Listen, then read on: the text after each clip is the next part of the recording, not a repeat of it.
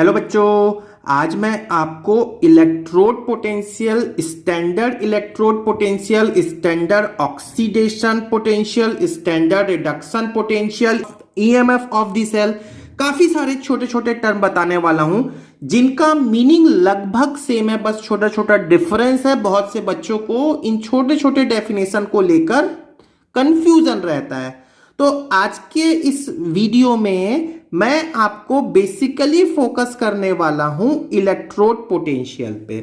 वैसे electrode potential के बारे में मैंने अपने सेकंड लेक्चर में थोड़ा सा बता रखा है और आज हम स्टार्ट करने वाले हैं इलेक्ट्रोकेमिस्ट्री का फोर्थ लेक्चर। तो चलिए स्टार्ट करते हैं वीडियो को और हम ये समझने की कोशिश करते हैं कि आखिर इलेक्ट्रोड पोटेंशियल होता कैसा है, क्या होता है, और इसे हम कॉपी में जब एग्जाम हॉल में हम जब इसे सॉल्व करते हैं इसके क्वेश्चंस, तो इसको कैसे रिप्रेजेंट करते हैं। ठीक है, तो देखिए मैं आपको सिंपल सा एक एग्जांपल लेकर बोल रहा हूं, बहुत शॉर्टकट में एग्जांपल बताने वाला हूं क्योंकि इलेक्ट्रोकेमिकल सेल के बारे में भी मैंने अपने सेकेंड लेक्चर में बता रखा है, जिसका लिंक डिस्क्रिप्शन बॉक्स में मैं दे दूंगा। आप उसे जरूर पढ़ लेना, उसके बाद ये वीडियो को देखना तो जल्दी अच्छे से समझ में आएगा। ठीक है, तो चलिए मैंने सपोज एक कंटेनर लिया, दो हाफ सेल ले लिया, एक हाफ सेल ये है और एक हाफ सेल ये है, जिसमें एक सॉल्यूशन मतलब दो कंटेनर है, हाफ सेल मतलब दो कंटेनर ले लिया और इस पे मैंने दो रॉड डीप कर दिए, मेटल रॉड। ठीक है, क्लियर है क्या। सपोज अब एग्जांपल ले लेते हैं, मैं एक डैनियल सेल का ही एग्जांपल ले लेता हूं। मैं यहां पर जिंक मेटल लिया है, जिंक रॉड लिया है, जिसको मैंने जिंक सल्फेट सॉल्यूशन में डीप कर रखा है। ठीक है, और यहां पर मैंने लिया है कॉपर रॉड और इसे मैंने डीप किया हुआ है कॉपर सल्फेट के सॉल्यूशन पे। तो प्यारे बच्चों, आप ये याद रखने वाले हैं या ये समझने वाले हैं कि जो मेटल लेंगे उसी का सॉल्ट लेना है, तभी पोटेंशियल डिफरेंस ज्यादा होता है। ठीक है, जो मेटल लिया मैंने, मान लो कॉपर लिया, तो कॉपर का ही सॉल्ट लेना है ताकि पोटेंशियल डिफरेंस ज्यादा मिले, मतलब आपका बैटरी अच्छा हो। एक्चुअली हम सेल पढ़ रहे हैं ना, बैटरी। ठीक, अब आप देखना प्यारे बच्चों, कॉपर के कंपेयर में जिंक का रिडक्शन पावर ज्यादा होता है। ठीक है ना, कॉपर के कंपेयर में जिंक का रिडक्शन पावर ज्यादा होने का मीनिंग ये है कि कॉपर की तुलना में जिंक इलेक्ट्रॉन आसानी से डोनेट करेगा।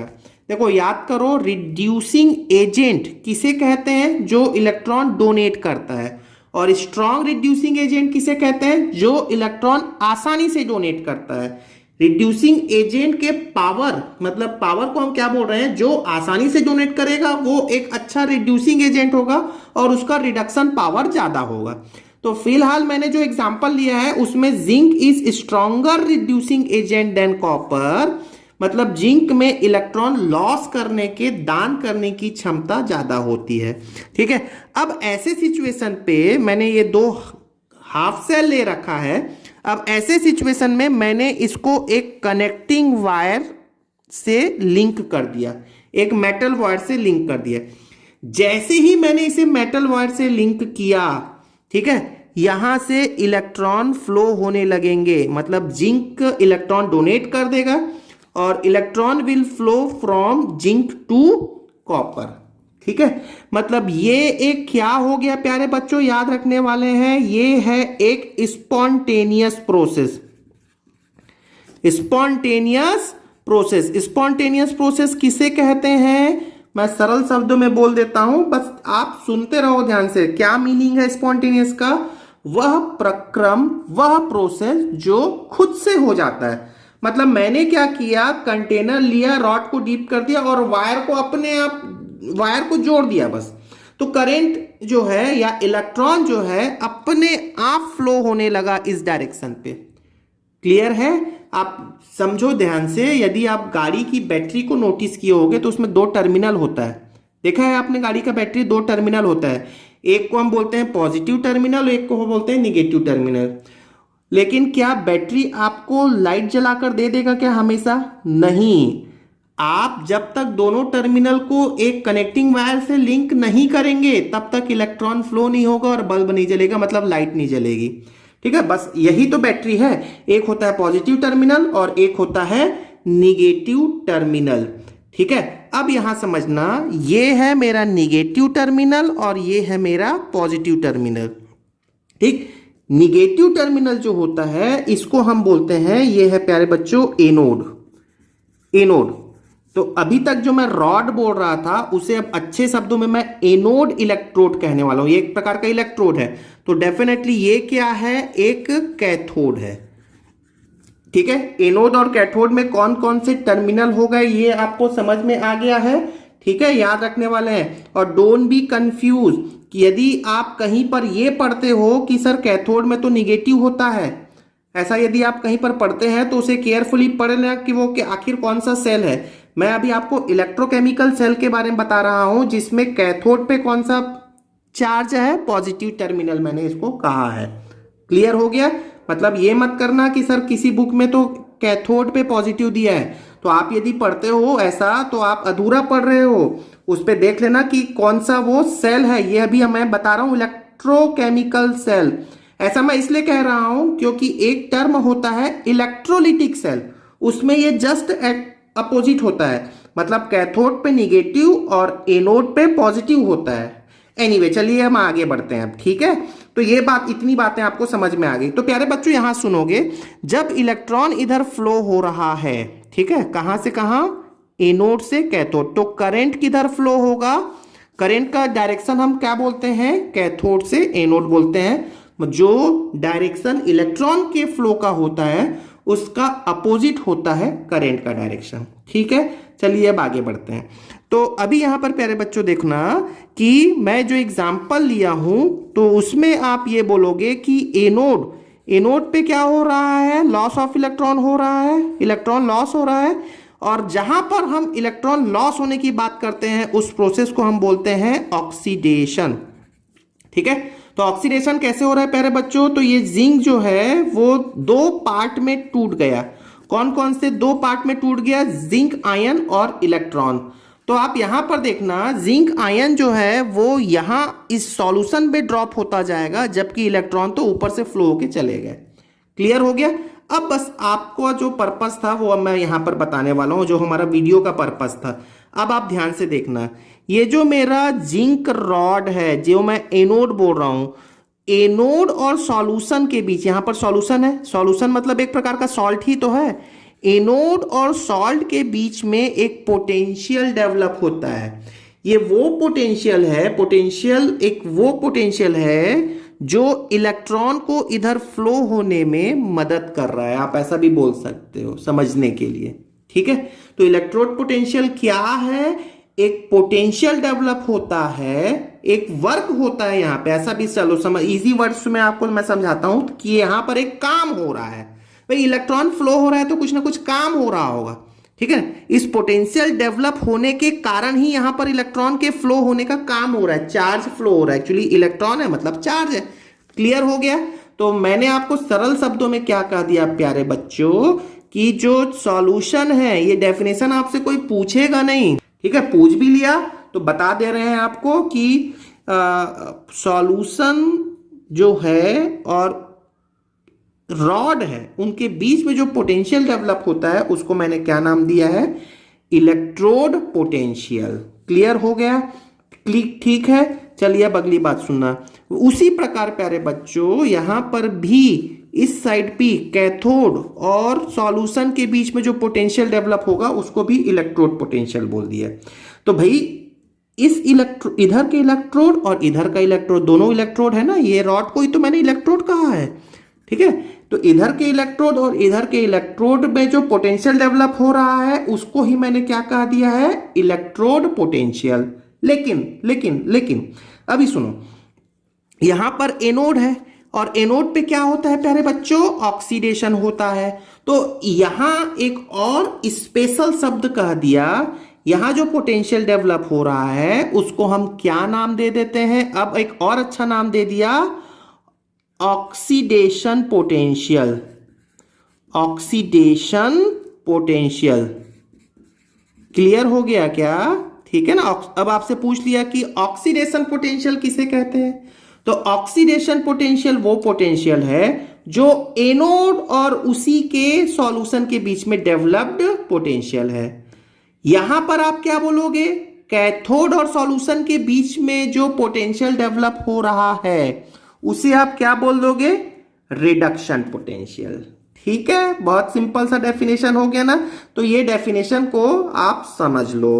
अब अगली बात समझना प्यारे बच्चों कि यहां पर जो हमने सेल लिया है, ठीक है, अब इस सेल को मैं एक रूम टेम्परेचर में रख दूं, मतलब रूम टेम्परेचर पे रख दूं, मतलब 25 डिग्री सेंटीग्रेड पे मैं काम कर रहा हूं। ठीक है, 25 डिग्री सेंटीग्रेड, इसी को ही तो हम क्या बोलते हैं, 298 केल्विन। ठीक है, मतलब ये जो काम हो रहा है मेरा, ये 298 केल्विन पे रूम टेम्परेचर पे हो रहा है। ठीक, पहली कंडीशन हो गई, मतलब टेम्परेचर के लिए ये बात हो गया। मान लिया कि मैंने रूम टेम्परेचर पे और प्रेशर ले लिया 1 atm, मतलब यहां पर जो एयर का जो प्रेशर होगा ना, यहाँ पे आसपास जो एयर का प्रेशर है वो 1 atm है। मतलब मैं रूम में काम कर रहा हूं, रूम में कितना एटमॉस्फेरिक प्रेशर होता है, 1 एटमॉस्फेरिक प्रेशर। ठीक है, और अगली बात सुनो, ये जो सॉल्यूशन है, ठीक है, यहां पर हमने सॉल्यूशन फिल किया है ना, और ये जो सॉल्यूशन है इसका concentration, suppose concentration of the solution, concentration of solution ये सपोज है 1 मोलर का। क्लियर हो गया, मतलब 3 चीजें मैंने फिक्स कर दी, ये फिक्स कर दिया। क्या क्या फिक्स कर दिया, टेम्परेचर फिक्स है, प्रेशर फिक्स है, कंसंट्रेशन फिक्स है। इस फिक्स्ड कंडीशन पर मैं यहां पर जो पोटेंशियल डेवलप होता है उसे एक नया नाम दे रहा हूं। क्या नाम दिया मैंने, उसे नाम दिया स्टैंडर्ड। मैं अभी शॉर्टकट में लिख दे रहा हूं, सारी चीजें अभी नोट्स प्रोवाइड करूंगा मैं आपको। क्या नाम दिया प्यारे बच्चों, स्टैंडर्ड ऑक्सीडेशन पोटेंशियल। ठीक है, अब फिर से सुन लो, एक बार फिर से सुन लो। यहां ये वाला क्या है, कैथोड है। कैथोड में यहां पर जो सॉल्यूशन का टेम्परेचर है 298 केल्विन, मतलब रूम टेम्परेचर 25 डिग्री सेंटीग्रेड।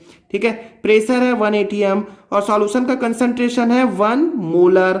तो यहां जो डेवलप्ड पोटेंशियल है उसे मैं क्या कहने वाला हूं, स्टैंडर्ड रिडक्शन पोटेंशियल।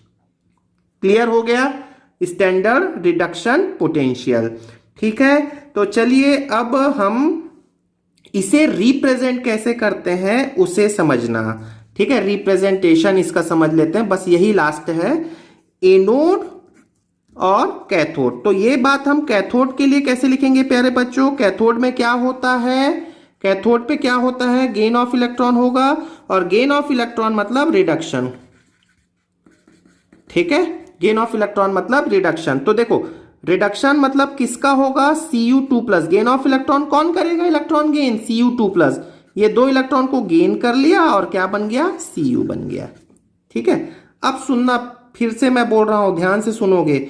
ये एक इक्वेशन 1 दे देते हैं और इसे इक्वेशन 2 बोल देते हैं। ठीक है ना, अब सुनोगे प्यारे बच्चों, इक्वेशन 1 में क्या हो रहा है बताओ, ऑक्सीडेशन पोटेंशियल तो वहीं डेवलप हो रहा है ना, या स्टैंडर्ड ऑक्सीडेशन पोटेंशियल। किसी भी कंडीशन पे पोटेंशियल डेवलप हो रहा है उसको ऑक्सीडेशन पोटेंशियल बोल दिया, और स्टैंडर्ड कंडीशन पे, इन कंडीशंस पे जो पोटेंशियल डेवलप हो रहा है उसको मैंने स्टैंडर्ड ऑक्सीडेशन पोटेंशियल बोल दिया। ठीक है, अब रिप्रेजेंटेशन आप इसका देखना, मतलब देखो, मैं ऑक्सीडेशन या रिडक्शन पोटेंशियल को ई से रिप्रेजेंट करता हूं, तो मैंने ई लिख लिया।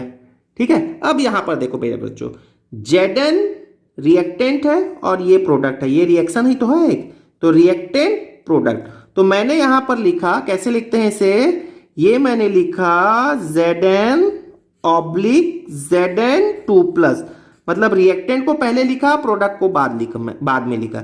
यदि कहीं पर ऐसा लिखा है तो ये क्या है, इसे शब्दों में क्या बोलोगे, ये है एक्चुअली में स्टैंडर्ड, नॉट लगा लेते हैं स्टैंडर्ड के लिए। तो ये क्या है, स्टैंडर्ड ऑक्सीडेशन पोटेंशियल है ये। मतलब कभी भी यदि ऐसा लिखा है E0Zn/Zn2+, और ये सपोज लिखा है 1 वोल्ट, तो क्या मतलब है इसका, 1 वोल्ट क्या है, इसके वर्ड्स में क्या बोलोगे, ये 1 वोल्ट है स्टैंडर्ड ऑक्सीडेशन पोटेंशियल। तो ऑक्सीडेशन पोटेंशियल के लिए देख लेना Zn/Zn2+, मतलब ये इलेक्ट्रॉन यहां पर गेन हो रहा है, ये रिएक्टेंट, ये प्रोडक्ट। उसी प्रकार प्यारे बच्चों आप इसको देखो, यहां पर कॉपर मतलब ये जो इस यहां पर जो पोटेंशियल डेवलप होगा किसमें, रॉड और सॉल्यूशन के बीच में, उसको वर्ड्स में क्या बोलोगे आप, उसको वर्ड्स में बोलोगे स्टैंडर्ड रिडक्शन पोटेंशियल बोलोगे ना, वर्ड्स में तो यही बोलोगे, स्टैंडर्ड रिडक्शन पोटेंशियल बोलोगे। क्लियर है? और इसे प्रदर्शित कैसे करेंगे ये देखो, तो रिप्रेजेंटेशन देखोगे प्यारे बच्चों, ये हो गया ई नॉट, ई तो हमने पोटेंशियल के लिए यूज किया है। अब यहां देखो कॉपर आयन रिएक्टेंट है, कॉपर प्रोडक्ट है, तो आप इसे कैसे लिखने वाले हैं, Cu2 प्लस ऑब्लिक Cu।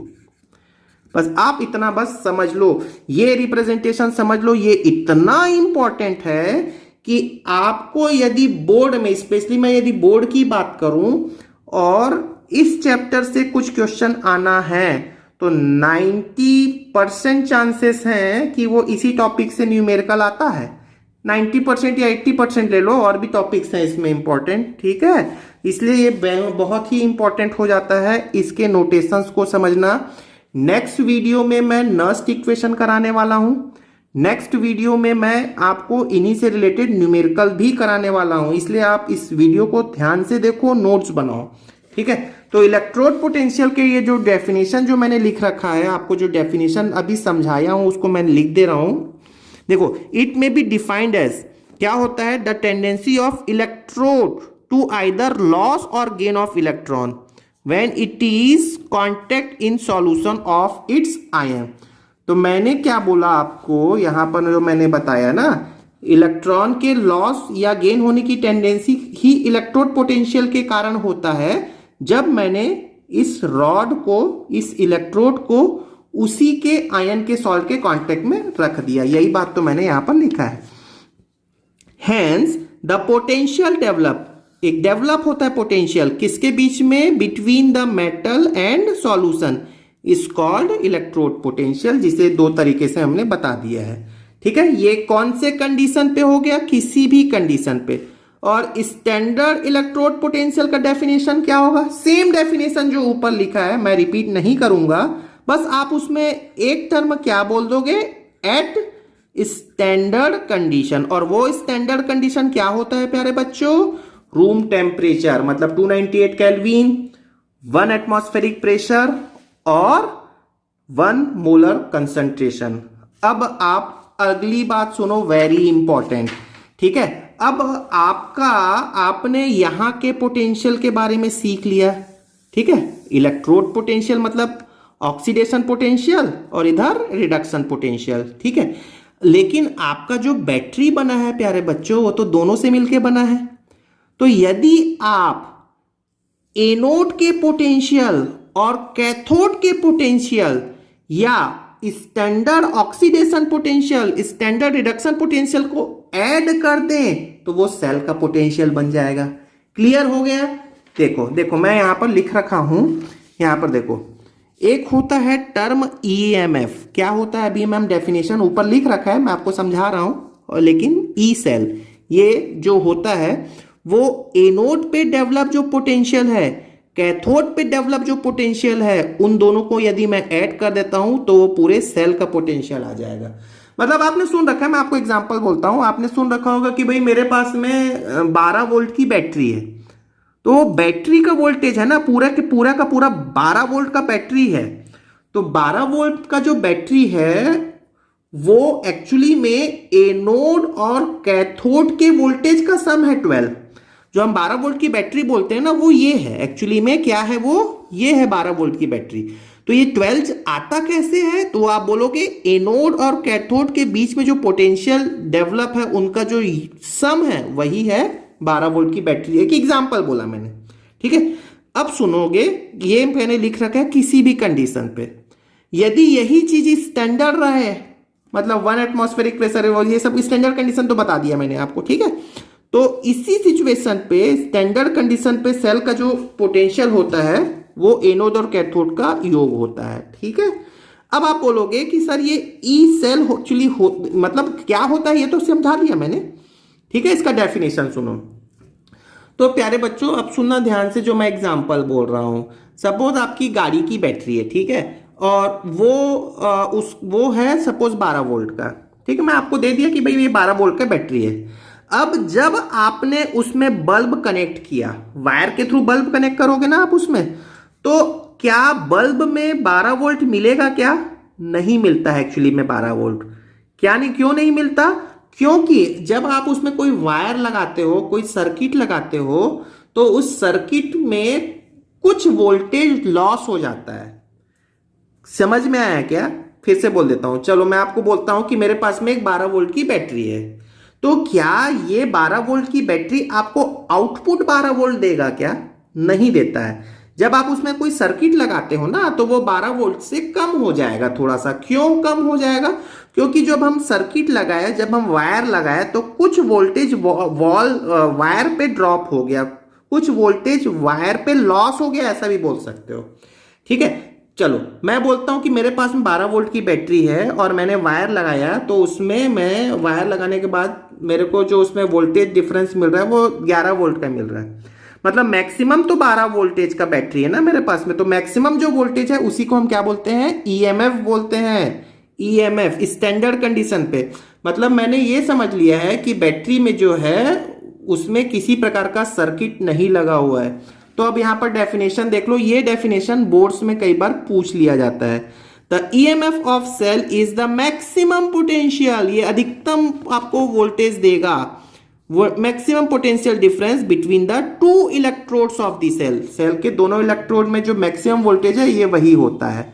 ठीक है, या इसको और किसी तरीके से डिफाइन किया गया है, it is also defined as the net voltage between the oxidation and reduction half reaction. मैंने आपको बता रखा है हाफ रिएक्शन क्या होता है, वही तो है, ऑक्सीडेशन में रिएक्शन हो रहा है या रिडक्शन में जो रिएक्शन हो रहा है उसको हाफ रिएक्शन बोल देते हैं। ठीक है, देखो अब मैंने ये लास्ट में लिख रखा है, क्या क्या कह दिया, ई नॉट ए नोट, इसको ही मैंने क्या बोला था? Standard oxidation potential. और याद करो मैंने इसको एग्जाम्पल में क्या लिखा था, याद करो, कुछ इस तरीके से लिखा था ना, Zn/Zn2+, ये तो Zn के लिए हो गया भाई, कुछ भी हो सकता है ना, Zn के अलावा कल को कुछ भी दे सकता है आपको। ठीक है, तो आप एग्जाम्पल को पिकअप करो प्यारे बच्चों। ठीक है, और वैसे ही ई नॉट कैथोड क्या हो गया? स्टैंडर्ड रिडक्शन पोटेंशियल कहते हैं इसे शब्दों में। ठीक है, और इन्हीं दोनों का जो योग होता है वो सेल का ईएमएफ कहलाता है। तो आई होप आपको ये पूरी बातें अच्छे से समझ में आ गई होगी। नेक्स्ट लेक्चर में, मतलब मेरा लेक्चर नंबर 5 जो होगा, उसमें मैं नस्ट इक्वेशन के बारे में आपको एक्सप्लेन करने वाला हूं। Thank you very much.